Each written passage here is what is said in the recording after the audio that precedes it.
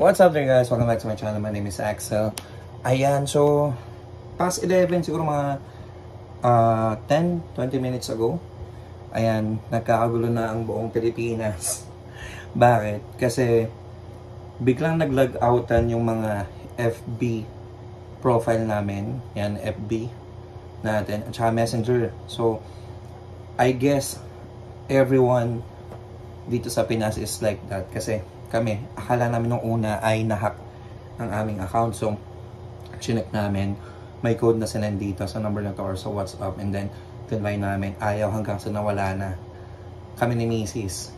So, parehas. Tapos yung mga ka-work namin as well, ay nawala na din ng access sa FB nila. So, nagkakagulo ang lahat ngayon. Yung mga gising, yung mga tulog.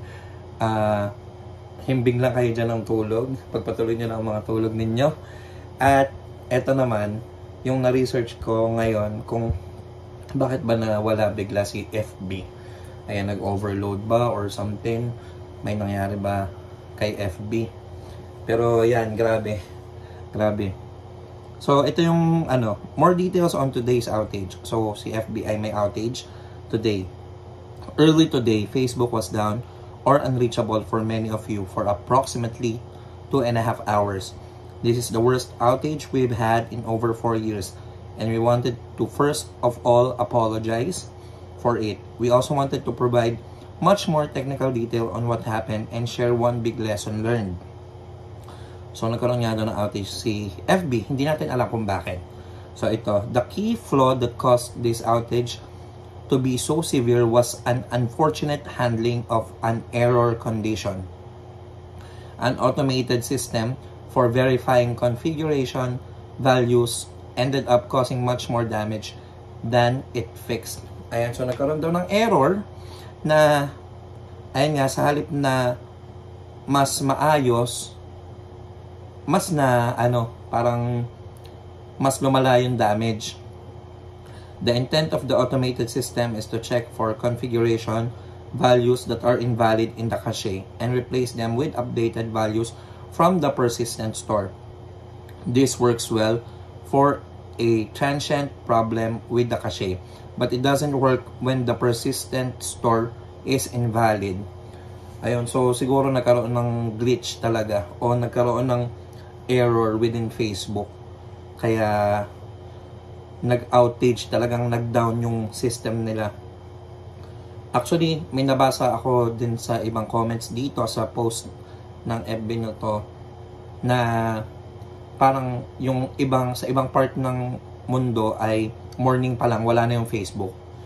So ito, today we made a change to the persistent copy of a configuration value that was interpreted as invalid. This meant that every single client saw the invalid value and attempted to fix it. Tama. Nakita natin nag-error, parang nag-invalid yung Facebook natin. Biglaan lang. So, talagang halos sabay-sabay dito yan sa buong Pilipinas. Because the fix involves making a query to a cluster of databases. That cluster was quick overwhelmed by hundreds of thousands of queries a second. Siyempre, ilan tayo nagpe-Facebook dito? Sabihin na natin na 100 million tayo nagpe-Facebook sabay-sabay. Tapos biglang mawawala.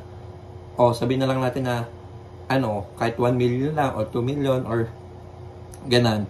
So, every time na may ng query or magtatry mag-attempt na pumasok, ma-overwhelm yung system. So, mag-e-error talaga siya. Kasi every second nakalagay dito, hundreds of thousands of queries a second. A second yun, ha? To make matters worse, every time a client got an error attempting to query one of the databases, it interpreted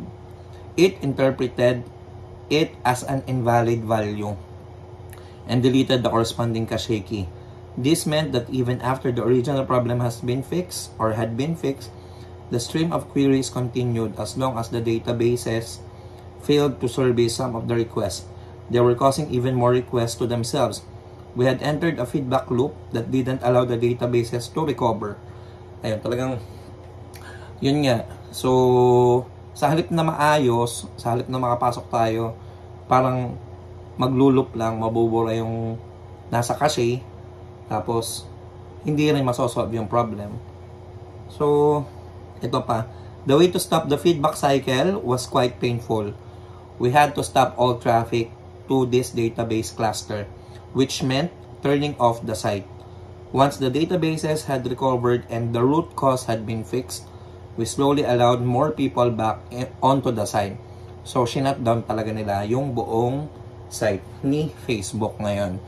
So, yung mga naka-LinkedIn or naka-sync like Instagram ay shutdown din at the moment. Pati Threads. Ayan. So, ayun yung mga magkakalink talaga eh. Okay. This got the site back up and running today, and for now, we've turned off the system that attempts to correct configuration values. We're exploring new designs for this configuration system, following design patterns of other systems at Facebook that deal more gracefully with feedback loops and transient spikes. We apologize again for the site outage, and we want you to know that we take the performance and reliability of Facebook very seriously. Ayan, so may mga question dito or comment. What's up presently? So, wala pa. Test. Currently down for me as well. Meron ito FB down all morning. Left side, menus will not load. And page eventually times out. Saying reload page. Very long page load times. And ngayon nga, it seems to be down again. Meron dito down at Kauai, Hawaii. Still out in Knoxville. I'm in Pollock Pines, California, and it's still out. Application won't load.